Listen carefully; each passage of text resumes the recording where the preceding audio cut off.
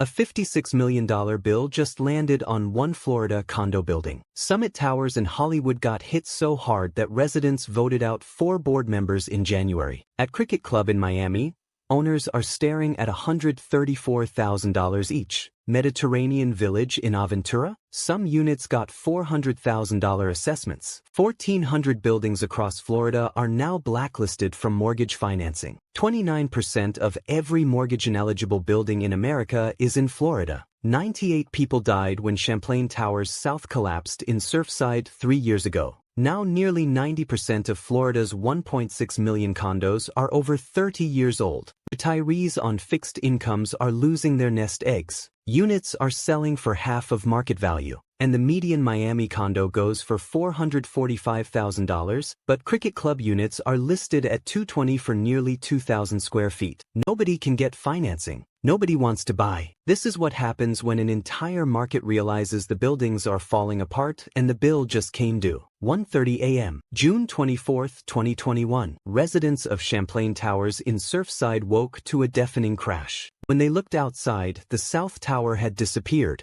98 people died. The building just collapsed into thin air. The investigation is entering year 3. The final report won't drop until late this year. They still don't know exactly what caused it. But here's what they do know. Before Surfside, Florida had no statewide structural inspection requirements. Only Miami-Dade and Broward counties had any rules at all. A 40-year recertification program dating back to 1975. Everywhere else in Florida, a high-rise condo could stand for decades with no mandated structural check after it was built. It gets worse. Florida law allowed condo associations to vote every single year to waive their reserve contributions. Associations aiming to keep monthly fees low just voted to skip setting aside money for roofs, concrete restoration, major repairs. Champlain Towers identified needed structural repairs years before the collapse. They postponed them. Disputes over cost. No money saved. The building was in a vulnerable state when it fell. The combination was lethal.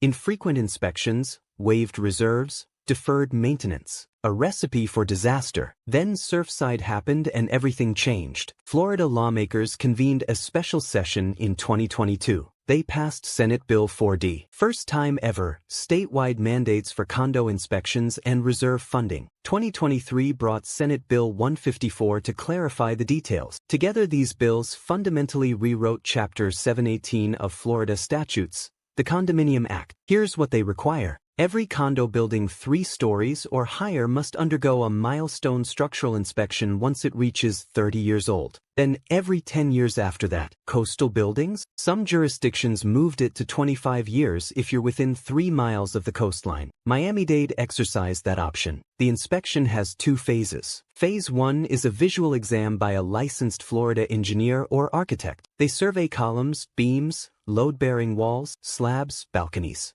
looking for signs of substantial structural deterioration. If they find red flags, extensive cracking, spalling concrete, corrosion affecting structural integrity, then Phase 2 kicks in. Detailed evaluation, core samples, lab testing, calculations to assess damage extent. Buildings that got their certificate of occupancy on or before July 1, 1992 had to complete their initial inspection by December 31, 2024. That's every building from 1992 or earlier, over 30 years old. Buildings that hit 30 between 2022 and 2024 got until December 31, 2025. After the initial milestone, reinspection every 10 years forever. This is permanent, and it's not optional. The condo association must hire the engineer, pay for it, distribute the report to every unit owner, post it in the lobby, share it with tenants, give copies to prospective buyers. Complete transparency. If the inspection finds structural repairs are needed,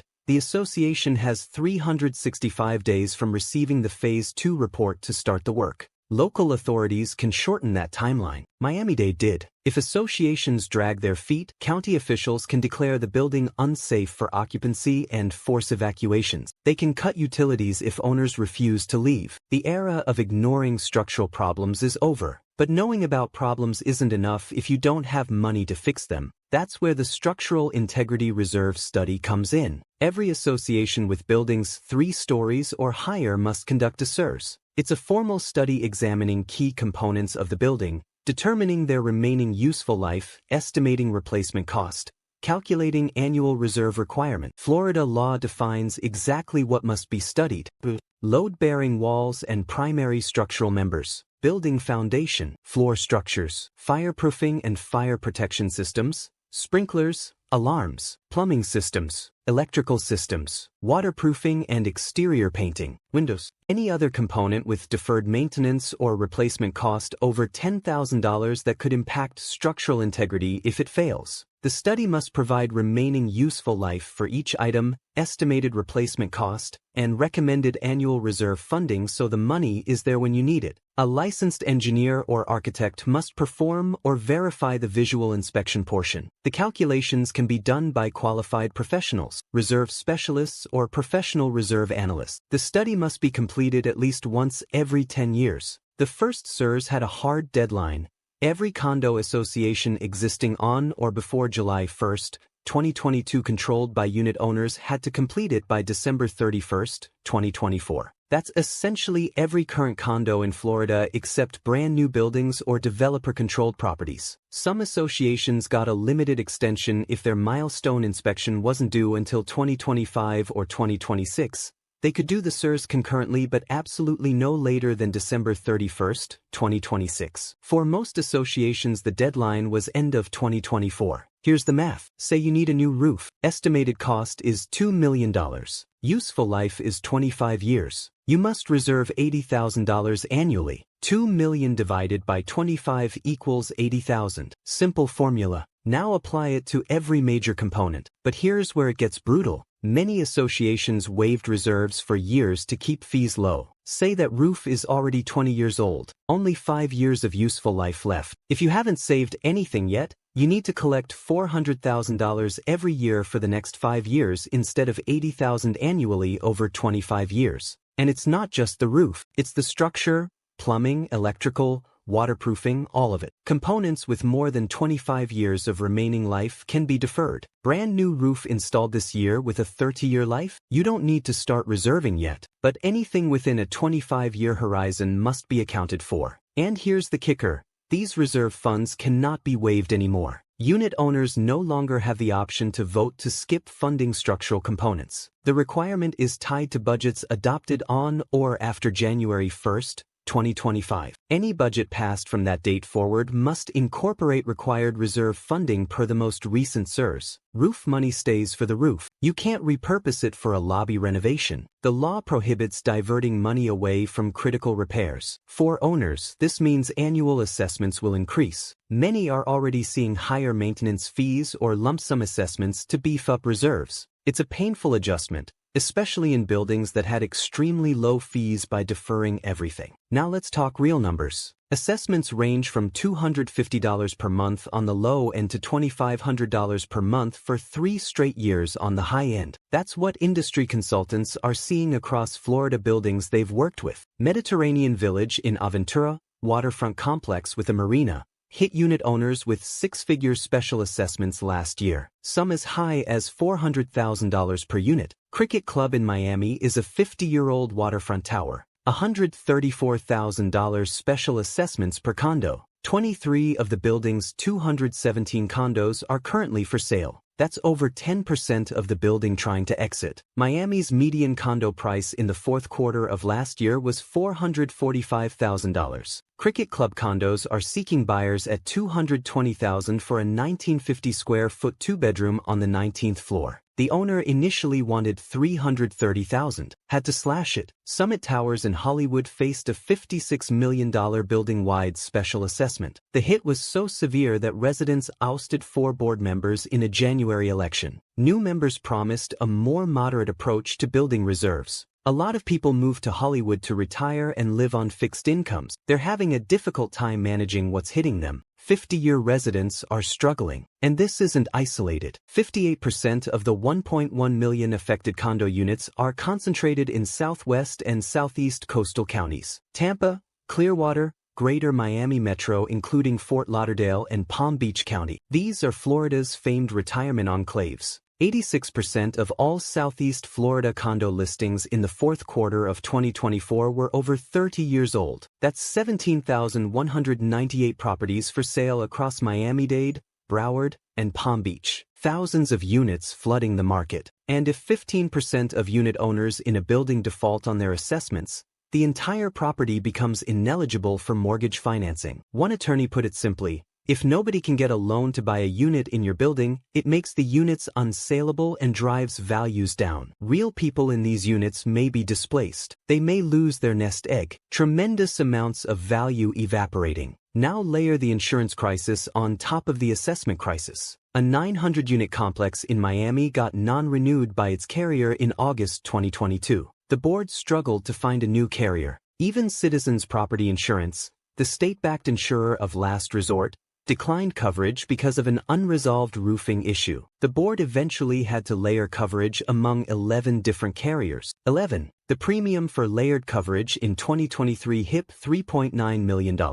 That's a 300% increase over the previous year. And the complex is facing non-renewal again or another 200% increase if the roof isn't repaired. The broker said it straight, fix the roof or lose coverage. This is the loop. Associations can't get loans without insurance, can't get insurance without completing repairs, can't do repairs without money. It's maddening. The Florida insurance market has been volatile for years. Hurricane damage is part of it but not the only culprit. Legislative choices to protect homeowners spurred rampant litigation against insurance companies. From 2016 to 2019, lawsuits against insurers increased by more than 700%. In 2021, there were nearly 100,000 lawsuits filed in Florida against insurance companies. During the same period, there were only 20,000 lawsuits filed in the other 49 states combined. As a result, many carriers left the Florida market altogether. Those that remain raised rates aggressively. One carrier raised rates by 45% after a 50% rate increase in 2021. Same carrier also non-renewed many policies. Another insurer sought to raise homeowners' rates by 61.5% and condo policy premiums by 103.2%.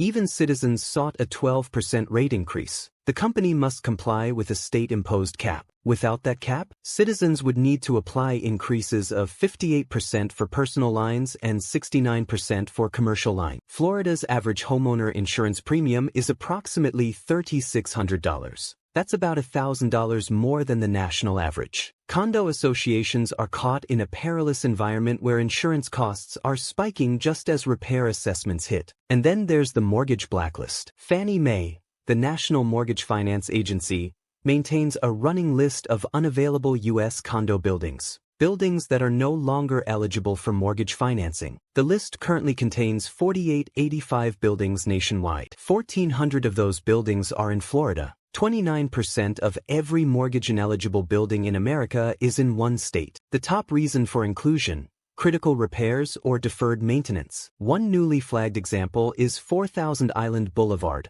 a 32-story condominium in Aventura's exclusive Williams Island, built in 1985, added to Fannie Mae's no-lending list in January 2025. At least 24 unit owners are trying to sell. The condo board's president called the building's inclusion incorrect, says the property just secured a bank loan commitment to cover expenses tied to its 40-year inspection. But the damage is done. Being on that list means prospective buyers can't get conventional financing. Here's the 15% rule. If 15% of unit owners in a building default on assessments, the entire building loses mortgage eligibility, makes units essentially unsaleable. One attorney said it clearly, if nobody can get a loan to buy a unit in your building, it makes those units unsaleable and values go down. We may see a lot of condo projects go into distress, and compliance is lagging. Only 39% of buildings in Southeast Florida submitted their required structural integrity studies by the December 31st deadline. Engineers were simply not available. There's a statewide rush to get these studies completed. Over 25,000 certified associations in Florida need inspections. Limited number of certified engineers and architects can complete them. Some associations are shopping for studies because the first one came in too high. Maybe they can find someone to lowball it. Others are gambling that enforcement won't be robust or swift. People are figuring out what to do. They think there will be a silver bullet, some kind of cure in the upcoming Florida legislative session amid outcry from condo owners. Brokers are blunt about it. The fear of the unknown is scaring the hell out of potential buyers. It's like, let's make a deal. You might get a special assessment and it could be modest. You just made one hell of a deal. But what if you're wrong and the assessment is gargantuan? Not only is it big, but the scope of construction is massive and you're living in a construction site for the next 2 years. The human cost is severe. A lot of people move to Florida to retire and live their life on fixed incomes. They're having a difficult time managing all that's coming and hitting them. 50-year residents of Hollywood are struggling financially. Many owners are trying to sell with little success. Some have dropped insurance coverage for their condos so they can manage to pay special assessments. That's how desperate it's getting. Drop your own coverage to afford the building assessment. The assessments range from $250 to $2,500 per month for 3 years in documented cases. Mediterranean Village went up to 400,000 one-time hits. Combine special assessments with insurance spikes, 300% plus in multiple documented cases, plus regular maintenance increases plus inflation. It's a tsunami of costs. Industry consultants warn that real people may be displaced, may lose their nest egg, tremendous amounts of value lost. And this isn't affecting luxury buyers. It's hitting the working class, middle class, and retirees who bought condos because they were the most affordable form of home ownership in Florida. That value proposition just evaporated. The enforcement question looms large. Florida's Department of Business and Professional Regulation might require legislative changes so it can start reviewing structural integrity and inspection reports while continuing to regulate all business licensing statewide. The agency may not have committed enough staff to actually ensure associations follow the new rules, but the law does have teeth. Failing to complete inspections or the SIRS is now a breach of board fiduciary duty. Opens directors to personal liability. Board members can be held accountable. If a board willfully fails to procure a milestone inspection on time, it's a breach of their duty to unit owners. Same with the reserve study. And county officials have power. They can declare buildings unsafe, order evacuations, even cut utilities if owners refuse to evacuate after an unsafe declaration. Starting July 1, 2027, unit owners gain access to arbitration and mediation for disputes specifically related to milestone inspections or SIRS compliance. If your board isn't complying, you can escalate through legal channels to force action. Miami-Dade County moved faster and stricter than the state. The county amended its building code in June 2022 to create a 30-year recertification schedule. Replaces the old 40-year rule. Any condo or co-op building 3 stories or taller must undergo its first recertification by age 30, or by age 25 if the building is within 3 miles of the coastline. After initial recertification, follow-up inspections required every 10 years. So 40, 50, 60 for inland buildings, 35, 45, 55 for coastal. Miami-Dade set specific deadlines to catch up buildings that were between the old 40-year schedule and the new 30-year one. Any coastal condo 3 stories or more built between 1983 and 1997 had to have recertification by December 31, 2024. All other condos 3 stories or more built between 83 and 92 also must recertify by end of 2024. The county sends advance notices to building owners before their building's 30th or 25th birthday. Helps associations budget and prepare. If a recertification finds unsafe conditions, the county's Unsafe Structures Unit must be notified immediately. Building officials can require the association to take steps to protect residents, potentially including evacuation until repairs are made. Associations must notify all unit owners and residents if their building is declared unsafe. Miami-Dade's program dates back to 1975, one of the strictest in the country. Now it's even tighter. Milestone inspection reports must be kept on file for at least 15 years. Tenants and prospective buyers have the right to request and review them. Transparency is mandatory, but there's still no clear answer for associations that are severely underfunded. Associations that voted for years not to meet reserve requirements. Their funds fall far short of needed reserves by the time the study is conducted. Consider the roof example again. If nothing has been saved and only 5 years remain, collecting $400,000 annually might not be feasible for residents, especially older people living on fixed incomes. Those increases may simply not be possible. What happens if an association cannot meet reserve requirements even with special assessments? There's no state bailout, no remedial options yet. If owners can't pay, their only option is to sell. But selling into a market where values are dropping and buyers are spooked by assessment uncertainty. It's a brutal cycle. The market is segmenting hard. 86% of Southeast Florida listings in the fourth quarter of 2024 were 30 years or older. 17,198 properties for sale across Miami-Dade, Broward, and Palm Beach. That's a massive flood of inventory. Even as thousands of newcomers move to the region,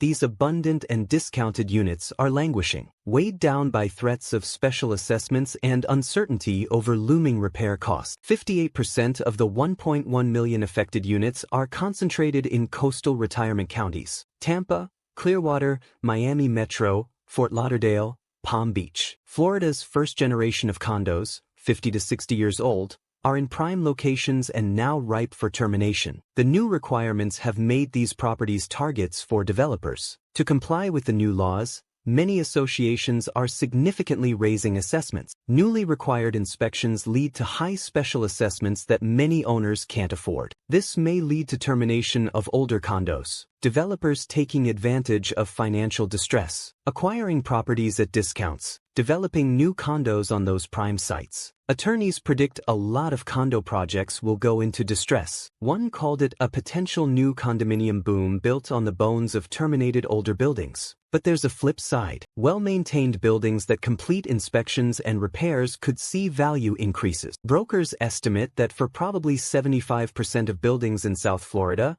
when the dust settles, people will say that was painful, but look at these buildings now. They're in great shape. Previously, buyers had little insight into a building's true condition, like purchasing a used car without a Carfax report. Now, with stricter enforcement requiring proper reserves and full disclosure of maintenance history, the condo market could become more transparent and ultimately unlock greater value for owners. Starting January 1st, 2025, sellers must provide buyers with the most recent milestone inspection summary and structural integrity reserve study before closing, or a statement that one hasn't been completed yet. If disclosures aren't provided, buyers have the right to cancel the contract even after signing. This is significant consumer protection, prevents buying into a condo without knowing the building needs $15 million in repairs. Buyers now demand to see structural inspections before making offers. They take that into consideration for whether that's the right property. Brokers view the new regulations as a necessary correction to Florida's once lax condo standards.